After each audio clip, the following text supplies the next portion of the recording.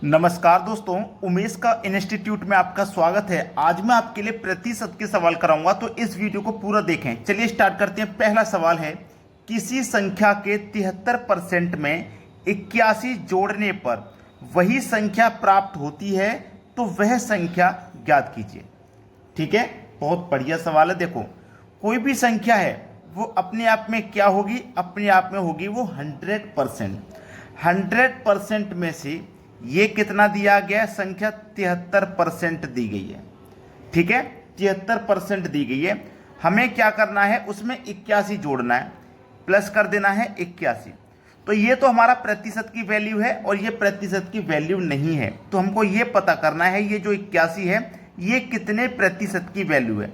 अब 100% में से 73% तो ये हो गया, बचा कितना, 27%।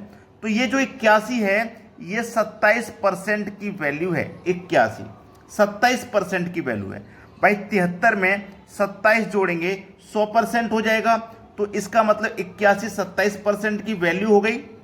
ठीक है, 81 27% की वैल्यू हो गई। अब देखो, 27% का मान 81 है, 27 का कितना गुना है, आप कहोगे सर 3 गुना है। 27% का कितना गुना है, 3 गुना है। तो जो भी परसेंटेज वैल्यू है उसका भी कितना हो जाएगा, 3 गुना। तो 100% का 3 गुना करोगे आप तो कितना हो जाएगा, 300 हो जाएगा। यानी कि बी ऑप्शन बिल्कुल सही जवाब है। हमें 100% का मान बताना है, 300 बिल्कुल सही जवाब हो जाएगा। अब देखते हैं अगला सवाल। अगला प्रश्न है, किसी संख्या के 25% में से 25 घटाने पर 25 शेष बचते हैं, तो वह संख्या क्या है। बहुत बढ़िया सवाल। देखो कहा गया है 25% में से 25 को घटाने पर जो शेष बचा वो 25 था। ठीक है भाई, 25% में से हमने घटाया 25, तो शेष कितना बचा हमारे पास, 25 बचा। चलिए 25% बराबर 25, ये माइनस का 25 बराबर के इधर आके प्लस का 25 हो जाएगा। ठीक है, तो 25% की वैल्यू कितनी हो गई, ये 25 और 25 मिलके 50 हो गई। जब 25% की वैल्यू 50 है तो भैया 50% की वैल्यू कितनी हो जाएगी, 100। भाई 25 का 2 गुना 50, तो 50 का 2 गुना 100, और 100% की वैल्यू कितनी हो जाएगी, 200। तो सवाल यहीं पे खत्म हो गया। ये 200 पहला ऑप्शन हो जाएगा सवाल का सही जवाब। अब देखते हैं अगला प्रश्न। अगला प्रश्न है, सीता ने एक परीक्षा में 20% अंक प्राप्त किए और वह 72 अंकों से फेल हो गई। परीक्षा का उत्तीर्णांक 30% हो तो कुल पूर्णांक क्या होगा। देखो बहुत बढ़िया सवाल दिया गया यहाँ पे।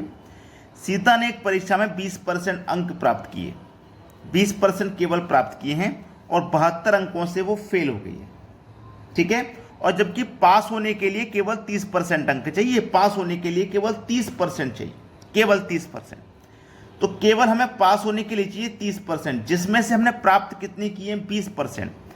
तो जो टोटल है पास होने के लिए उसमें से हमने जो प्राप्त किया उसे माइनस कर देंगे। हमने प्राप्त किया है 20%, तो बचा कितना, 10%। तो हमें ये 10% और चाहिए थे, तभी तो हम पास होते। हम 10% से फेल हो गए। हम कितने से फेल हो गए भाई, हम 10% से फेल हो गए। हम यहाँ पे 10% से फेल हो गए हैं और यहाँ पर हम 72 अंकों से फेल हो गए हैं, 72 अंकों से। तो 10% की जो वैल्यू है वो कितनी है भैया, 72 है। क्लियर है इतनी बात।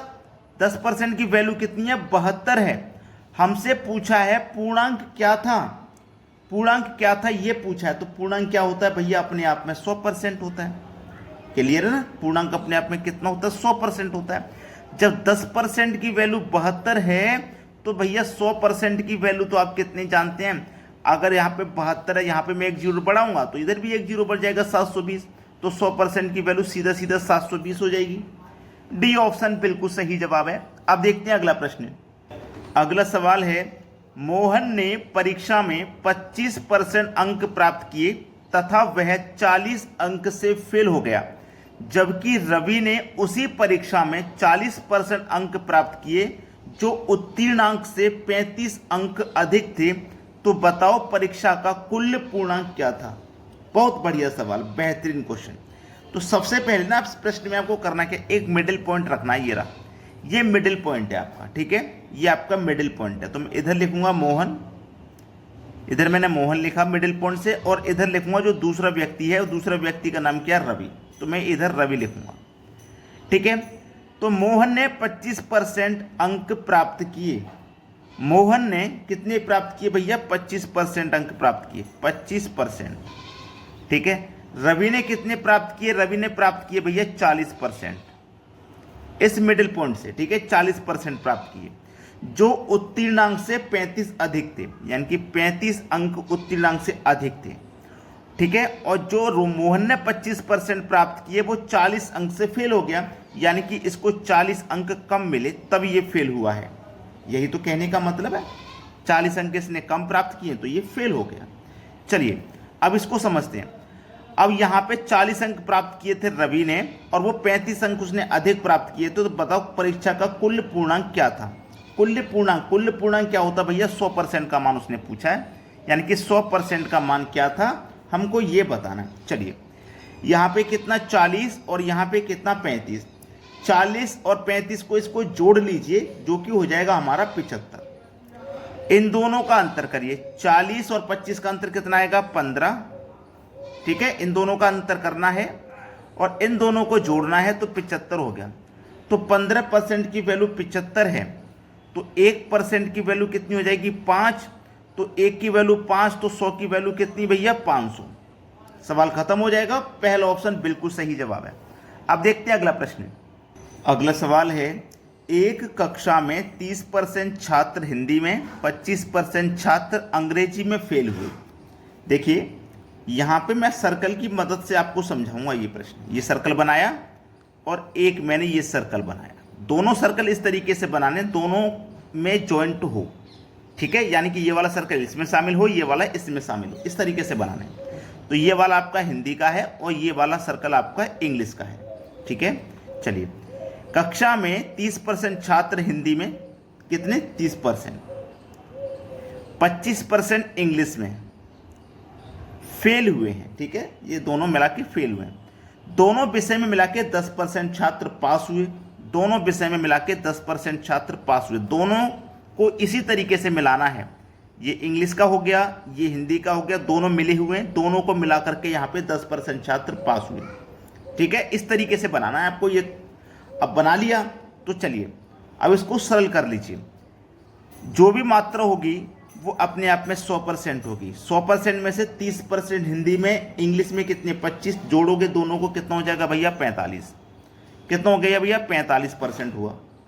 कितना हुआ भैया 45% हुआ। अब इस 45 में से आप क्या करोगे, हिंदी और इंग्लिश दोनों मिला के 45 है। ये 45% क्या है, ये 45% क्या है भाई, ये फेल हुए हैं। ये 30% छात्र हिंदी में और 25% अंग्रेजी में फेल हुए हैं। यही तो है प्रश्न, ये फेल हुए हैं।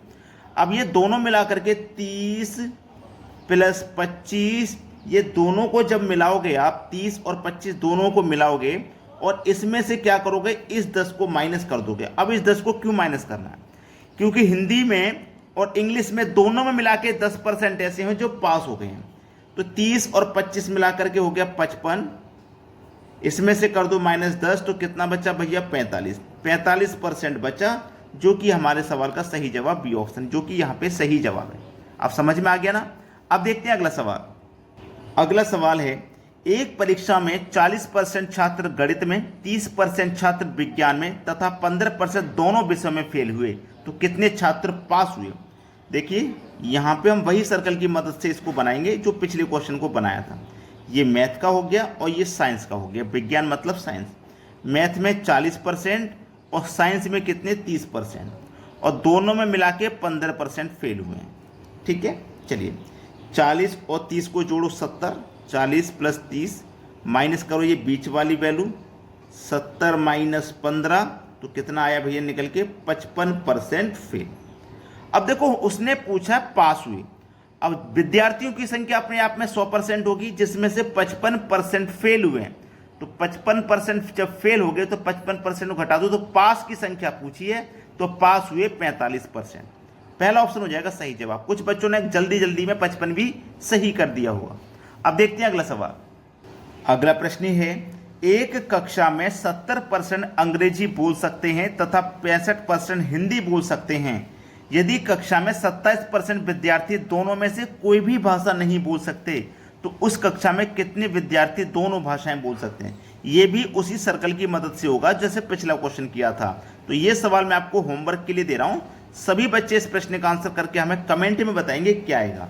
जिन बच्चों का आंसर 62% आया है वो सही है, ठीक है, सही कैलकुलेशन किया है। आंसर भी मैंने बता दिया, 62% आएगा इसका सही जवाब। ठीक है दोस्तों, कमेंट करके हमें अपना आंसर जरूर बताना। वीडियो देखने के लिए बहुत बहुत धन्यवाद।